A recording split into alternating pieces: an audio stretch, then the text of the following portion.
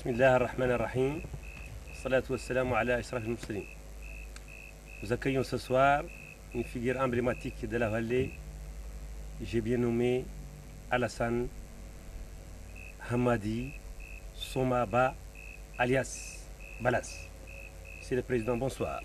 Bonsoir, mon cher ami, bonsoir. Vous êtes né en 1950 à Sidi Babi au Gdimara. Vous avez intégré l'ENI vers les années 72 et vous avez enseigné de 74 à 82. En 83, vous êtes nommé chef du service de la pêche artisanale dans l'Office national pour la promotion de la pêche à Nouadhibou. Dans les années 80, vers les années 84-85, vous allez créer votre propre établissement, les établissements Balas. Lors des événements douloureux de 89, vous dites qu'ils ont été pillés sous le regard de l'État. Vous dites également que vous avez auto-déporté vers le Sénégal de 89 à 93. Parce que c'est en 93 que vous allez regagner votre pays avec l'intervention du député de Bogué, Babokar Baba, avec la bénédiction également du général Moulay Boukhres. Depuis lors, vous avez engagé un combat politique sans merci pour reconquérir vos droits, vos biens. Et vous avez également, simultanément, engagé un combat politique. Vous avez d'abord fait une petite escale à la GDM-R, c'est ça? Et vous avez joué, selon vous, le rôle de pompier. Après, vous l'avez quitté après avoir rencontré un de vos anciens disciples que vous aviez enseigné à l'école annexe, qui fut député de Ouadane et qui a joué le rôle de courroie de transmission entre vous et le président de la République, Mohamed Ould Abdelaziz. Vous n'avez pas hésité, selon vous toujours, à soutenir le président Mohamed Ould Abdelaziz de façon vaillante, donc vaillamment, en 2008 et en 2009. Vous avez créé en 2009 votre propre parti, le parti mauritanien du concret, Arc-en-Ciel. Et vous avez choisi pour symboliser le concret les couleurs du ciel. Alors pourquoi vous n'avez pas cherché un symbole plus près de nous, sur Terre? Merci bien, mon cher ami. Je constate avec plaisir que vous avez suivi une bonne partie de ma vie, de mon parcours. Parce que cet itinéraire que vous avez étalé est presque exact à 98%. Le rectificatif que j'apporterai, c'est que quand je me suis auto-déporté, ce n'était pas pour aller au Sénégal. Je me suis auto-déporté en revenant de la Mecque. Je me suis autodéporté à partir de Bamako au Mali. Comment pourrais-je aller au Sénégal, qui était un pays en conflit avec le mien, la Mauritanie? J'ai refusé volontairement d'aller au Sénégal pour cette raison principale, parce que le Sénégal était en conflit avec mon pays, la Mauritanie. Et du Mali, j'ai pérégriné pour faire la Côte d'Ivoire, le Nigeria, le Congo-Brazzaville, le Zaïre et même le Kenya, jusqu'à Mombasa. Ça, c'était nécessaire à préciser. Et effectivement aussi, quand j'ai décidé de revenir en Mauritanie en 1992, c'est surtout grâce à feu Babokar Baba qui m'a trouvé à Dakar, parce que j'étais revenu voir ma famille quand même, qui était déjà déportée de Sidi Babi. Il fallait bien que je vienne voir ma pauvre maman. Et puis le calme avait commencé, les relations s'amélioraient. Ce n'était plus un péché pour moi d'aller au Sénégal. Donc j'ai été voir ma famille, mon épouse qui était déportée de Sidi Babi, ma maman, mes enfants. Et c'est Babokar Baba qui m'a proposé de revenir. Je lui ai dit, mon cher ami, tu veux qu'on me coupe la tête dès que je descende de l'avion? Il me dit non. je te garantis que tu ne descendras, ta tête ne sera pas coupée. Et d'ailleurs, ton passeport qui est périmé, je le ferai proroger par le colonel. En ce temps, c'était un colonel, le colonel Boukhrès, à qui j'adresse aujourd'hui mes remerciements, parce qu'il a été en grande partie le responsable de mon retour en Mauritanie. N'eût été ce passeport qui a été prorogé, quelle que soit ma témérité, je n'allais pas avoir la folie de revenir en Mauritanie, parce que je craignais qu'on ne me coupe la tête. Voilà les deux petits rectificatifs que je voulais faire, et je vous dis félicitations, vous avez bel et bien suivi mon itinéraire, mon cher ami. Les félicitations sont acceptées, Monsieur le Président, mais j'aimerais vous dire une chose. Les psychanalystes disent que quand une personne parle d'une chose, il extériorise ce qui est dans son fort intérieur. L'être, c'est une image, pardon, le paraître, c'est une image de l'être. Alors, quand vous parlez du concret, ça veut dire que dans votre fort intérieur, vous ressentez que peut-être dans ce pays, on parle plus qu'on agisse. Oui. Je veux que vous m'explicitez davantage ce concept. Tout à fait.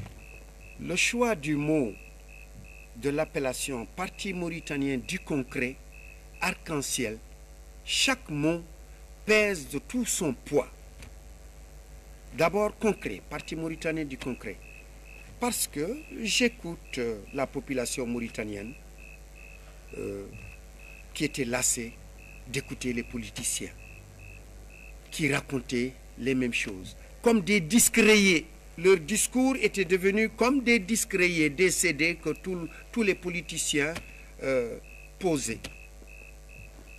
La population voulait un changement.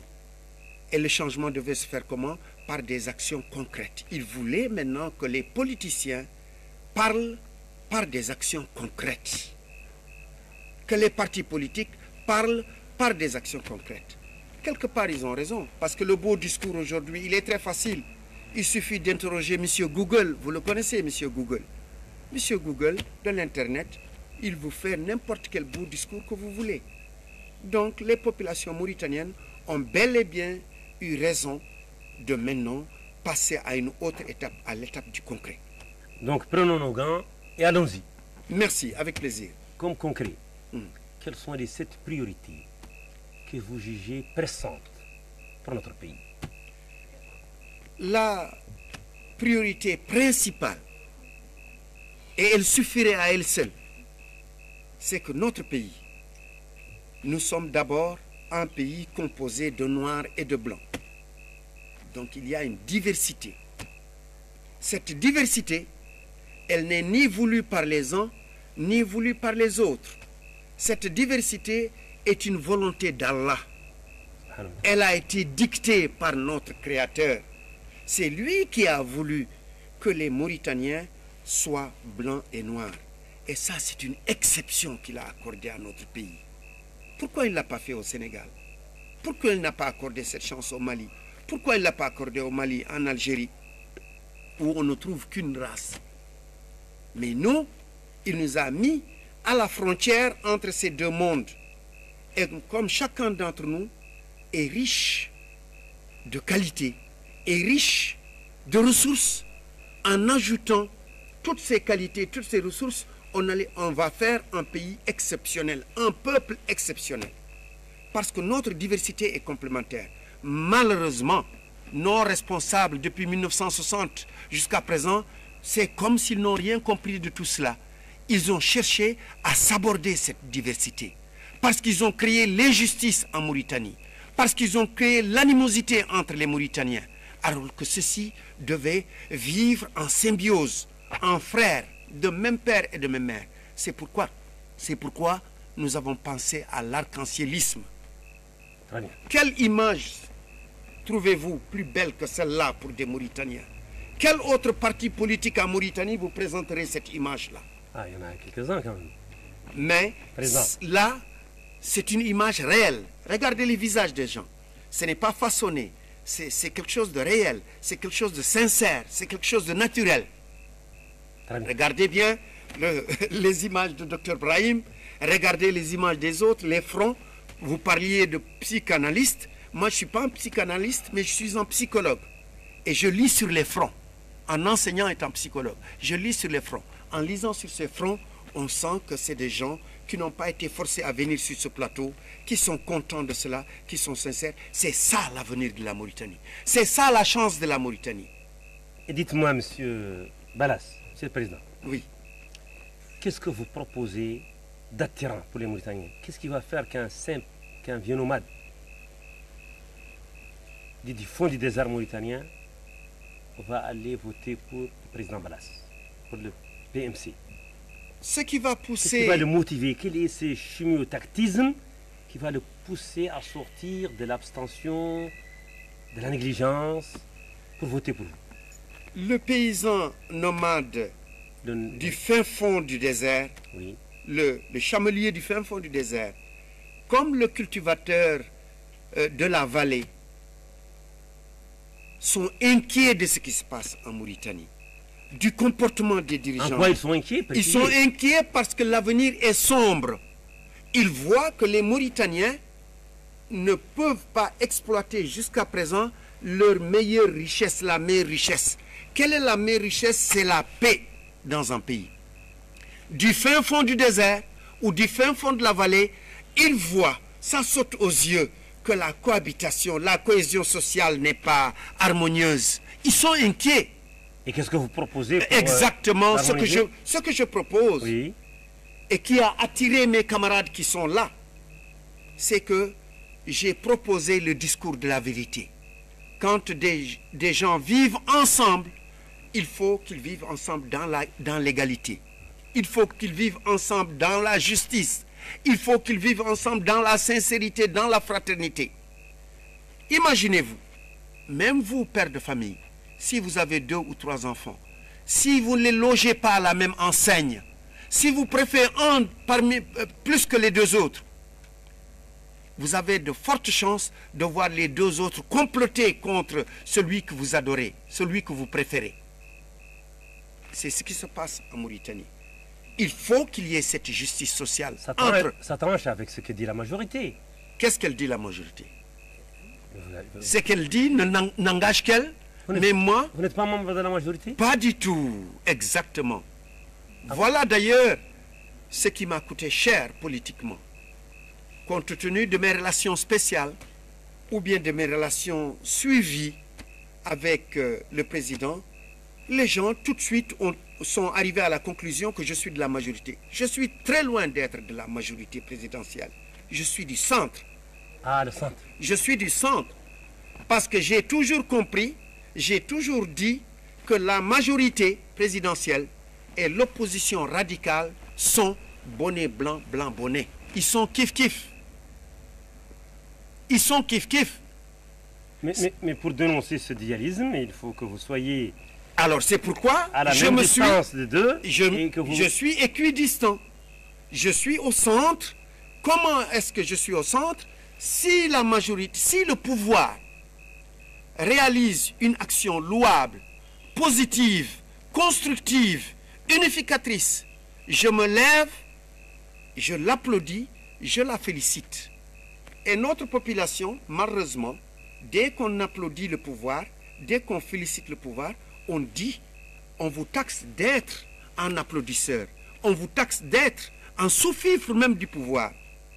On vous taxe d'être... Les mauvaises langues avaient dit... Les mauvaises langues. On va en arriver. Un peu de... On va en arriver. Ça me fait plaisir. Un peu d'argent, oui. De facilité, disons. Voilà. C'est l'occasion quand vous parlez d'argent. Et c'est l'occasion pour moi aujourd'hui solennelle de dire à toute la population mauritanienne qui m'a collé cette étiquette que le pouvoir, pas le pouvoir, que le président Mohamed Ould Abdelaziz m'a donné 100 millions, m'a donné 75 millions, m'a donné une voiture toute neuve. Je leur dis aujourd'hui officiellement que tout ça c'est mensonger. Le président Mohamed Ould Abdelaziz peut bien le leur confirmer. Je n'ai jamais eu cet argent, je n'ai jamais eu ces boniments du président de la République. Si je me suis approché du président de la République, c'est parce que d'abord, moi je suis un fanatique, un fervent croyant. Le président Mohamed Ould Abdelaziz ne s'est pas porté au fauteuil du président par lui-même. C'est la volonté d'Allah. C'est Dieu qui a voulu faire de lui le président de la République. C'est Dieu qui a voulu faire de lui le président de la République. Donc alors, moi je crois à la volonté d'Allah. Vous êtes même un grand croyant, Monsieur le Président, si vous permettez, parce que votre bureau exécutif vous a quitté, vous le savez très bien, et vous rentrez dans la bataille, en général, sans officier, sans pratiquement homme de troupe. Qu'est-ce qui vous dit? Voilà encore une autre rumeur. Qu'est-ce que vous dit que mon bureau exécutif? Trop courageux. Si mon bureau exécutif, comme ils ont prétendu dire que le bureau exécutif a été décapité, je ne serai pas là aujourd'hui avec ces cadres du parti. Et je tiens à vous dire, est-ce que le départ de 2 cadres du bureau exécutif... 2 seulement? 2. Il n'y a que 2 cadres du bureau exécutif. 2 cadres. Le responsable, je vais donner des précisions, le responsable de la communication, qui ont des fonctions précises dans le bureau exécutif, c'est le responsable de la communication et le 2e vice-président chargé des relations avec la communauté Bidane. Voilà les 2 cadres qui ont quitté. Comité Bidane, pourquoi on ne laisse pas cette comité Bidane, cette comité... Parce que pour mon arc-en-ciélisme... On dit des citoyens... Non, pour mon arc-en-ciélisme... Moi je crois à la... Il fallait, pour mon arc-en-ciélisme, il fallait que chaque citoyen mauritanien, de quelque communauté qu'il soit, se retrouve dans la direction du PMC Arc-en-Ciel. C'est ainsi... Ça ne suffit pas de dire citoyen? Non. Ça va porter à confusion. Citoyen du Sud, ça ne va pas. Nord, non, bon. C'est séparatiste. C'est séparatiste. Dire citoyen du Sud, citoyen du Nord. Je ne veux pas qu'on pense au Soudan du Sud et au Soudan du Nord. Très bien. Je ne veux pas qu'on pense à ceci. Donc alors je vous disais, il n'y a que 2 cadres pour lesquels j'ai beaucoup d'amitié, beaucoup d'estime, beaucoup de respect. Beaucoup d'amitié, mais il est arrivé que... Pourquoi ils vous ont quitté? Mais c'est à vous de leur demander. C'est à vous de que... leur demander. Ils ont dit des choses qui sont irréelles. Et heureusement que ma foi est là, parce que vous êtes au courant, tous les Mauritaniens savent, des gens ont été conduits en prison pour avoir dit moins que cela. Il y a des gens qui ont été conduits en prison pour avoir dit moins que cela. J'aurais pu faire la même chose, mais je me suis dit que ça ne sert à rien. Ça ne sert à rien. C'est des jeunes, et ma foi m'incite à pardonner. À tout celui qui me fait du mal, à pardonner. Sinon, le dossier était prêt à tomber entre les mains du procureur qui n'allait pas hésiter à les envoyer en prison comme d'autres l'ont subi. Parfaitement. Alors, pour ce qui est de l'unité nationale, j'aimerais bien entendre de vive voix, yeux dans les yeux, vos propositions. L'unité nationale mauritanienne, c'est impératif et c'est obligatoire. C'est la meilleure richesse mauritanienne. Impératif et obligatoire. Impératif et obligatoire. Nous avons tardé d'ailleurs. Ce n'est pas un pléonasme? Non, non, non, mon cher ami. Je pèse mes mots. Nous avons tardé à le faire parce que nous savons aujourd'hui que la meilleure richesse, ce n'est pas le pétrole. Si c'était le pétrole, le Venezuela n'allait pas avoir des rayons de supermarché vides. Si c'était l'or, si c'était le diamant, si c'était le gaz, l'Irak, la Syrie ne seraient pas en déliquescence aujourd'hui, etc. Je peux continuer à citer. La meilleure richesse d'un pays, c'est la paix. La paix, c'est quoi? C'est la cohésion sociale. C'est l'entente entre toutes les composantes d'un peuple, d'une population, d'un État. Et ici, il faut cette paix. Et c'est très facile, c'est la justice. Et c'est plus encore facile quand on se réclame une république islamique. Il est beaucoup plus facile pour nous, Mauritaniens, d'être un État juste, une population à l'aise, il n'y a aucune différence que n'importe quel autre pays au monde. Très bien. J'aimerais recueillir votre sentiment sur une citation d'un leader chiite irakien, donc il appartient au clan qui a gagné la guerre. Une journaliste lui a tendu le micro, lui a dit « Vous avez gagné la guerre ». Il lui a dit « Non, madame, dans une guerre, il n'y a pas de gagnant, il n'y a que des perdants. Tout à fait. Il y a de bons et de mauvais perdants. Je suis un bon perdant. » Tout à fait. Tout à fait. C'est très juste. Je vais recueillir votre sentiment, c'est tout. Mon sentiment là-dessus, c'est que... Parce que les Mauritaniens vous écoutent ce soir. Mon sentiment là-dessus, c'est que la guerre, c'est une solution négative. Et cette guerre, on finit toujours... Vous dites une solution? Une solution négative.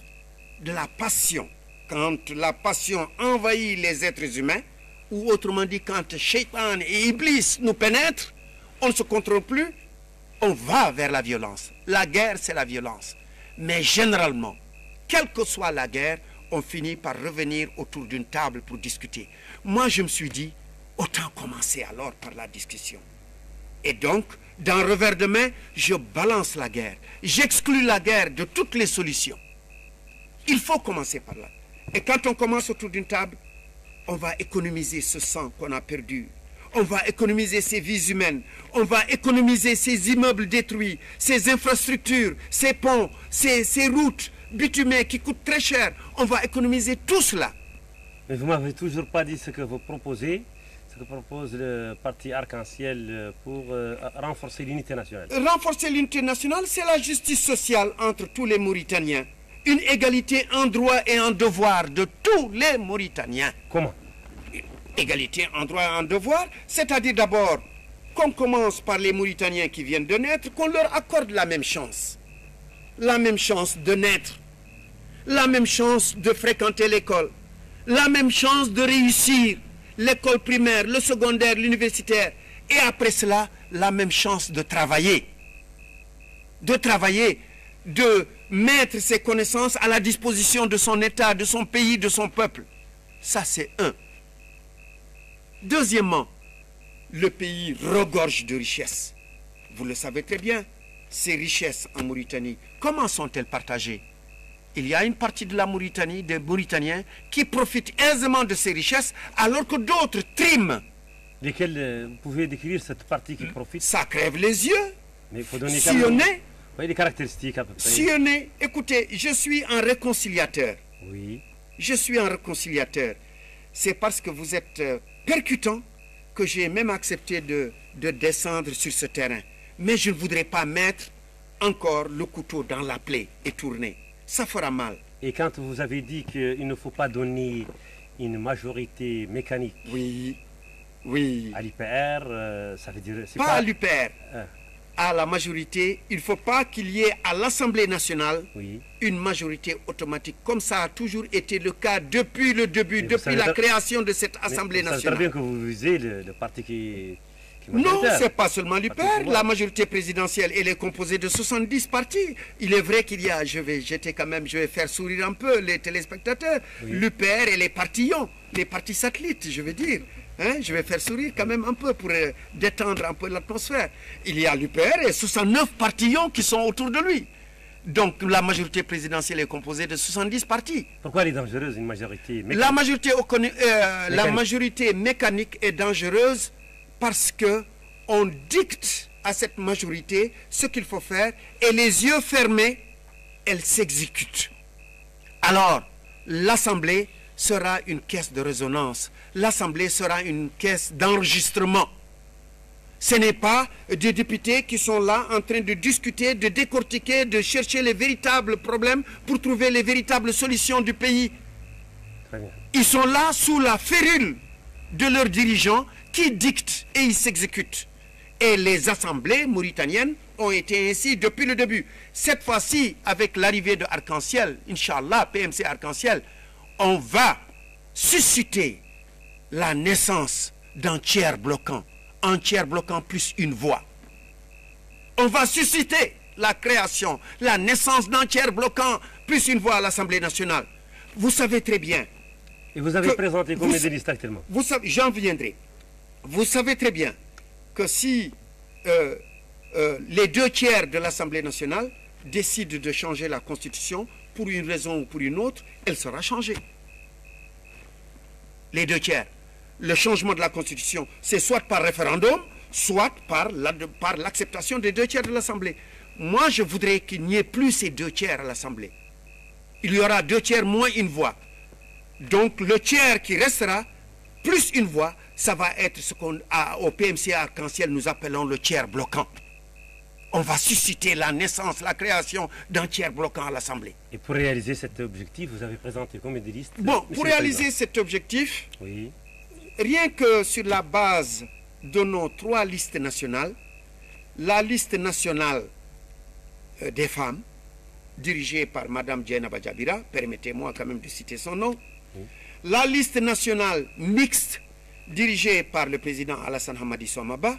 La liste nationale de Nouakchott, dirigée de la circonscription électorale de Nouakchott, regroupant les 3 wilayas, dirigée par le docteur Brahim Tagri Mohamed Val, ici présent.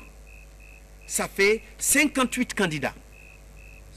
58 candidats. Et sur le plan national, combien de listes? Sur le plan national, vous savez, Tout confondu.